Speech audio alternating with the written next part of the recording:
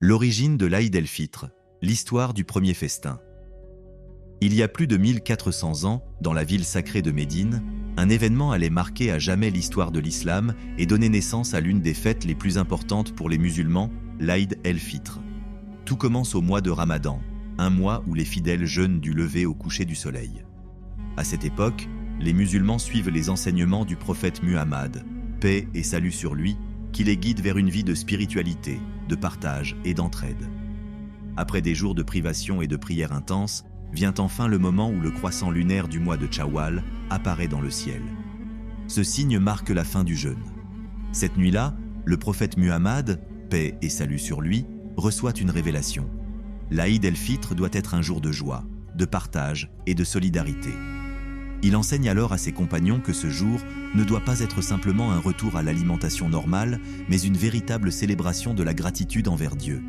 Il instaure la zakat al-Fitr, une aumône obligatoire destinée aux plus démunis, afin que tous puissent profiter de cette journée festive, riches comme pauvres. Le matin du premier Aïd el-Fitr, les habitants de Médine se réveillent dans une atmosphère nouvelle. Après un mois d'efforts et d'abnégation, ils ressentent un mélange d'excitation et de sérénité. Les hommes, les femmes et les enfants enfilent leurs plus beaux vêtements. Certains parfument leurs habits avec de l'encens, d'autres préparent des douceurs pour leurs voisins. Le prophète Muhammad, paix et salut sur lui, quitte alors sa demeure et se dirige vers un vaste espace en dehors de la ville.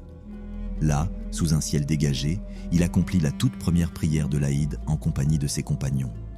Il prêche ensuite un sermon, rappelant que cette journée est un don de Dieu, un moment pour se réjouir, se pardonner et resserrer les liens entre les membres de la communauté. Après la prière, les habitants retournent chez eux, mais cette fois, une tradition commence à naître. Les portes s'ouvrent, les tables se remplissent et tout le monde est invité à partager un repas copieux. Les dattes, le lait, le pain, le miel et les viandes épicées circulent de maison en maison. On frappe aux portes pour offrir des cadeaux aux plus jeunes et souhaiter une Aïd Moubarak à ses proches. Ainsi est né l'Aïd el-Fitr, non seulement comme une fête de fin de jeûne, mais surtout comme une célébration du pardon, du partage et de la gratitude. Et depuis ce jour, des générations entières de musulmans perpétuent cette tradition à travers le monde,